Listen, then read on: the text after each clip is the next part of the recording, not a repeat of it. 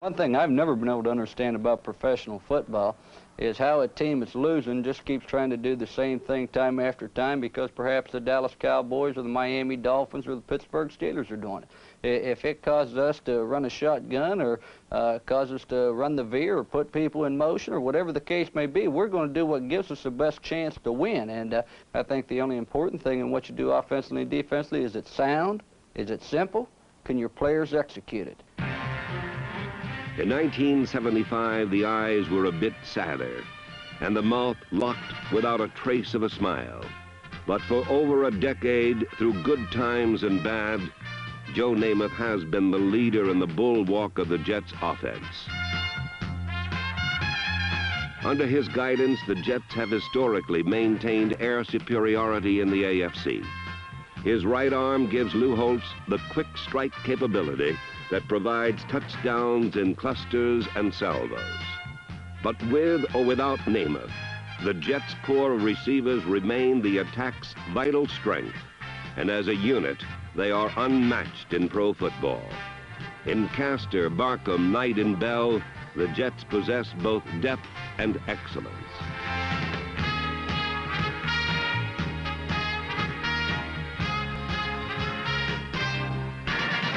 At 5'10", 160 pounds, Ed Bell is a water bug whose speed makes him an ideal target for the home run pass. Bell has the facility of snaking in and out of the nooks and crannies of his own defense, then turning it up deep.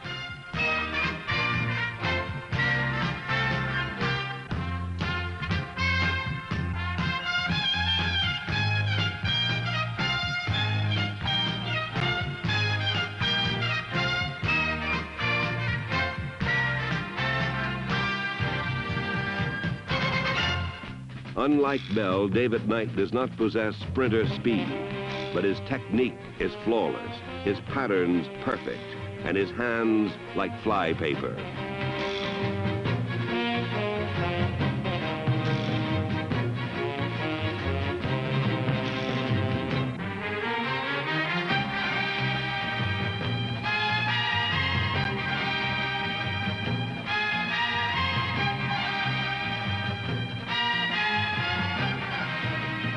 In number 83, Jerome Barkham, the Jets possess one of pro football's premier wide receivers. At 6'4", 212 pounds, Barkham has the speed to outrun the secondary.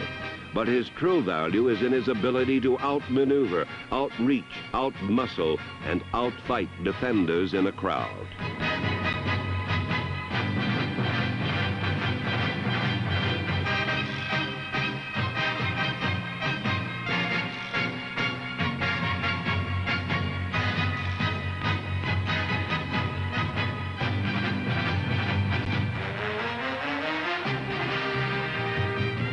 The corners of the end zone are the private domain of Barkham, and the elephant's graveyard for unlucky cornerbacks.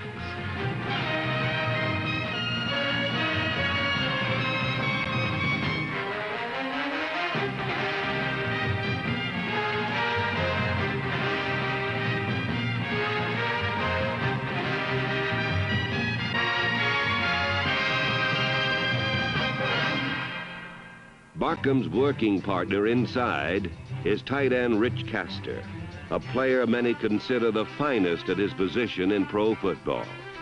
Nicknamed the Antelope for his flowing stride, number 88 provides the Jets with a perfect deterrent for multiple zone defenses.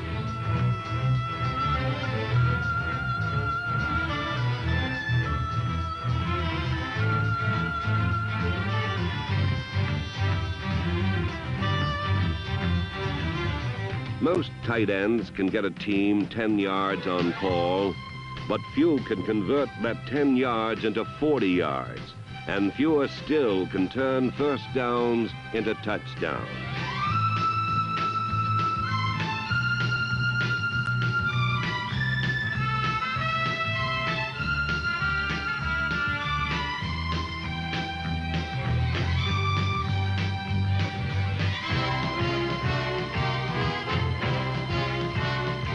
Although the rangy tight end consistently rated double coverage, he averaged almost 18 yards a catch, a figure most wide receivers would rightly envy.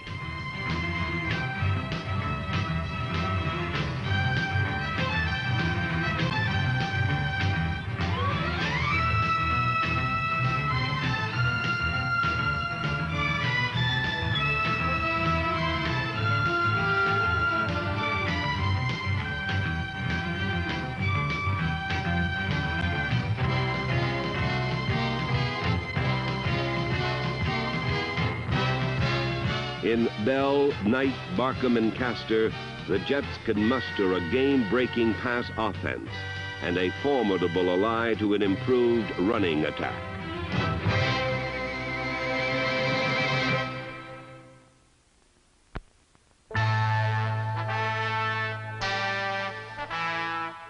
The delicate balance between passing and running is dictated by the achievements of the offensive line.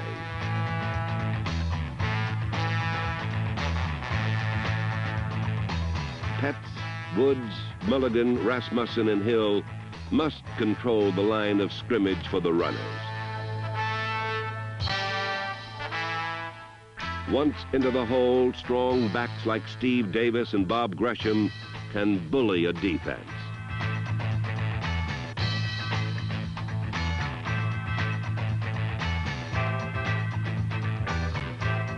Number 26, Carl Garrett, is an explosive runner, adept at turning the corner at full throttle or gearing down and scooting through a mass defense under control.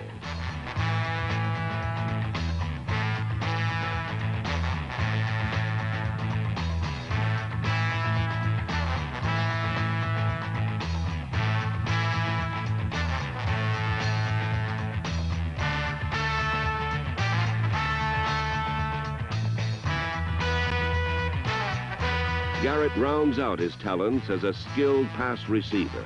But while he is sleek and racy like a go-kart, the man who stokes the offense is 225 pounds of demolition derby. His name, John Riggins. If there had been stop signs in his birthplace of Centralia, Kansas, a small town of 500 people, John Riggins would probably have run through them.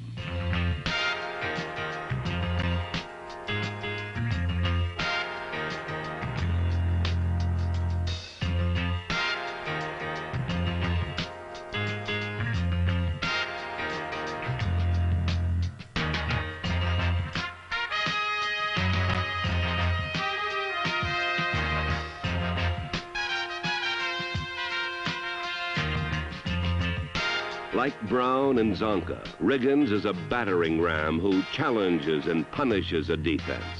For him, the shortest distance between 6 points is a straight line, not cross-country.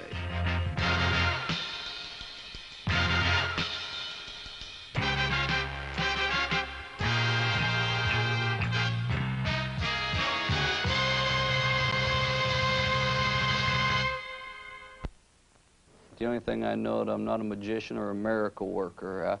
I want to win as soon as we possibly can, but I think the one thing that's very, very important to me, along with winning as soon as we possibly can, is to put the program on a good, firm foundation so that when we do reach that final plateau, that we stay there for years to come.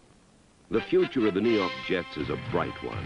The team Lou Holtz intends to construct is not one that ignites one year, then flames out the next. It must endure and contend year after year. To that end must come sacrifice, a total effort geared to winning. This means backing up solid hits with all-out hustle for loose balls. It means laying a body on another body at the goal line, sacrificing yourself to a pulling guard while making an individual play blend harmoniously with team play.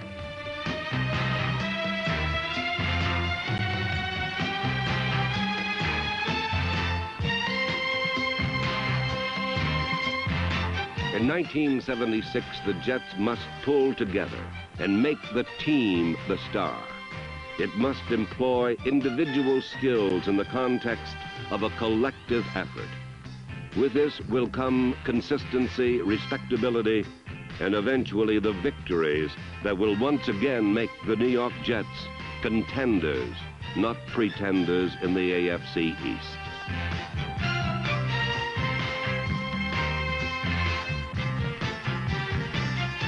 '76 will usher in a new era for the New York Jets. There will be bold strategies and fresh new faces to blend with a nucleus of established talent.